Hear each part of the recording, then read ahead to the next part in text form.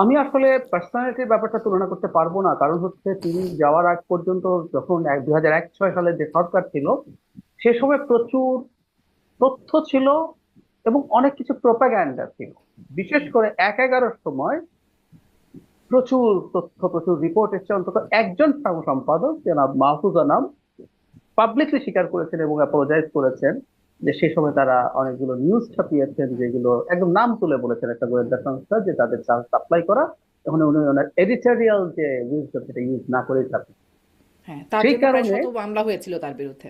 Exactly, তো সেই কারণে যেটা বলছি যে তার ওই সময়কার পার্সোনালিটি সম্পর্কে আমি নিশ্চিতভাবে বলতে পারবো। তবে একটা মেজর পরিবর্তন যেটা দেখি সেটা বলছি, এখানে ইনফ্যাক্ট ওনার সময়ের সাথে সাথে ওনার বয়সও বাড়ছে, উনি ম্যাচিওর্ড হয়ে উঠছেন আরো।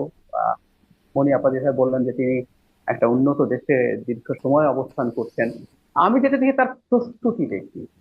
সাম্প্রতিক সময় কিন্তু তিনি প্রচুর কথা বলেছেন ভিডিওতে তার দলের বিষয়ে বাংলাদেশ নিয়ে, সেক্টর ওয়াইজ তিনি কি কি করতে চান।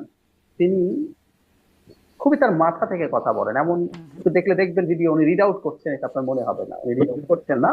উনি একটা চিন্তা মাথা থেকে বলছেন। তার হয়তো প্রতিটা পরিকল্পনার সাথে আপনি শতভাগ একমত হবেন না, আপনার নিজের হয়তো অল্টারনেটিভ প্ল্যান থাকতে পারে, কিন্তু তার পরিকল্পনা আছে। এবং এটা শেখ হাসিনা পতনের আগে থেকে তিনি বলছেন, উইচ ইজ ভেরি ইন্টারেস্টিং।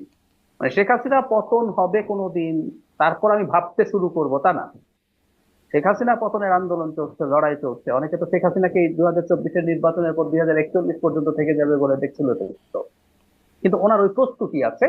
আর যেটা সবচেয়ে গুরুত্বপূর্ণ ব্যাপার, আমি আগে উনি আসলে ওনার পাবলিকলি তো অ্যাভেলেবল অনেক কথাবার্তা ছিল না, আমি আপনার এখন সার্চ করলেও খুব বেশি পাবো না। হুম। কিন্তু এই নতুন, এটা নতুন কিনা বলতে পারবো না, কিন্তু যে জিনিসটা সবার দৃষ্টি আকর্ষণ করছে সেটা হচ্ছে উনি যখন দেশে ফিরে এসেছেন তখন যে বক্তৃতা করেছেন, বা এছাড়াও এর বাইরে থেকে যখন কথা বলেন, বা আজকে আজকে তিনি যখন কথা বলতে দাঁড়ালেন, মানে আমার খুবই ইন্টারেস্টিং লেগেছে।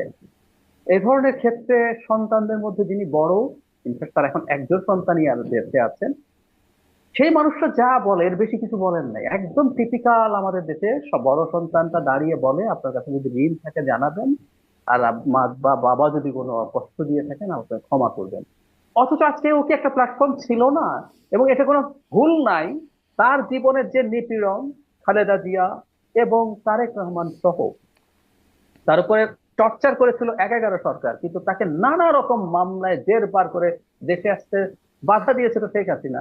একটা দুটো বাক্য, একটা দুটো শব্দ কষ্ট থেকে চলে আসতে পারে, কিন্তু আসেনি। এবং খালেদা জিয়াও এটা করেননি, ইনিও করেননি। হুম। হুম। তো হয়তো কারো কারো কাছে বেশি মনে হতে পারে, কিন্তু আমি বিশ্বাস করি একজন স্টেটসম্যান হওয়ার জন্য যে জায়গা, সেই জিনিসটা তিনি আসলে এখন অনেকটাই নিয়ে এসেছেন, যে কারো প্রতি ক্ষোভ, বিদ্বেষ, সেটা দেশে হোক বা বিদেশে হোক।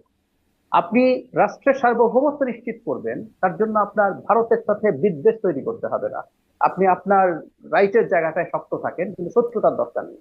আওয়ামী লীগের ন্যায় বিচার হতে, আওয়ামী লীগের যারা যারা অপরাধ করেছে তাদের বিচার করতে হবে, কিন্তু বিদ্বেষ ক্রমাগত ছড়িয়ে যাওয়া, বলে যাওয়া ওকে এই করে ফেলবো সেই করে হুম। ফেলবো। মজার ব্যাপার হচ্ছে যারা আজকে অনেক এসব কথা বলছে তার চাইতে এই পরিবারটা তার চাইতে অনেক বেশি সাফার করেছে, কিন্তু তারা এটা করছেন না। এই জায়গাগুলো আসলে খুব অসাধারণ, আমি বিশ্বাস করি। ধরুন নির্বাচনের, সেক্ষেত্রে পতনের আগে একটা কথা হতে পারে, পতনের পরে তো আসলে উনি এখন ড্রাইভিং সিটে। আমি একটু সোজা সাপটা যদি বলি, কেউ কেউ জামাত যদি জিতে যায় তাই আলাপ করে, আমি ওই আলাপে ঢুকি না। জামাত সিট নিয়ে আপনি আলাপ করতে পারেন, কটা পেতে পারে না পারে, কিন্তু ক্ষমতায় তার দল যাচ্ছে নির্বাচন হলে, সুতরাং এই জায়গায় দাঁড়িয়েও তার মধ্যে দিয়ে এটা দেখছি, এটাকে আমি খুবই পজিটিভ ব্যাপার। নিশ্চয়ই, আর নিশ্চয়ই। তুলনা করতে আর পারছি না, আপনি কারণ আমার আগের ডেটাটা, এই ক্ষেত্রে ওনার আগের খুব অবস্থানটার ডেটা আমার নেই। কাছে জি, নেই। জি। আপনি যে পরিমিতি বোধের কথা বা যেই পরিমিতি বোধের কথা তার আলোচনা, মানে এই আলোচনা আসলো বা আমরা যেটা লক্ষ্য করছি সেটি নিশ্চয়ই বাকিদের জন্য অনুকরণীয় হোক, বাকি রাজনীতিকদের জন্য, মানে যারা আসলে চিড়ে ফেলুন, ছিঁড়ে ফেলুন, ফেড়ে ফেলুন জাতীয় একদম একদম কথাবার্তা বলেন, একদম তাই, একদম। তাদের তাদের মধ্যেও বিষয়টা যাক, এটি একটা মানে সুস্থ ধারা নিশ্চয়ই। একটু এটি যে তিনি যে বলছেন আই হ্যাভ আবারও এ বলি প্ল্যান। এক সেকেন্ড, যারা ছিঁড়ে ফেলুন ওরকম যা যা বলছেন, তাদের তুলনায় এই জিয়া পরিবার, বেগম খালেদা জিয়া, তারেক রহমান, তার ছোট ভাই মৃত্যু, মানে মানে টর্চার যদি তুলনা করেন, এনারা হাজার লক্ষ গুণ বেশি টর্চার হয়েছেন, কিন্তু তারা বলছেন না। That's very very positive. নিশ্চয়ই। ওই যে এবারে সেই বক্তব্য আই হ্যাভ আ প্ল্যান, কিন্তু তার আগে তারেক রহমান যেটি ফেরার আগে লিখেছিলেন যে তিনি কেন আসছেন না, তার মা অসুস্থ তারপরেও তিনি কেন আসছেন, এই নিয়ে যখন একটা কথা হচ্ছিল, তিনি তার সেই আলোচিত ফেসবুক পোস্ট যেখানে তিনি বলছেন তার আসার সিদ্ধান্তটা তার একক নিয়ন্ত্রণাধীন নয়, এটি একটা স্পর্শকাতর বিষয়, তারপরে সেগুলো ওভারকাম করে তিনি দেশে চলে আসলেন আমরা দেখলাম। কিন্তু এখন তিনি যে প্ল্যানগুলো নিচ্ছেন, মানে তখনও এই প্রশ্নটা অনেকে করেছে বা এসেছে যে তার প্ল্যান তাহলে কার নিয়ন্ত্রণাধীন থাকে, এখন তিনি যে প্ল্যানগুলো নিচ্ছেন সেগুলো তারই নিয়ন্ত্রণাধীন, তো তারই প্ল্যান তো, বা তিনি এক্সিকিউট করবেন তো নীলুফার চৌধুরী মনি?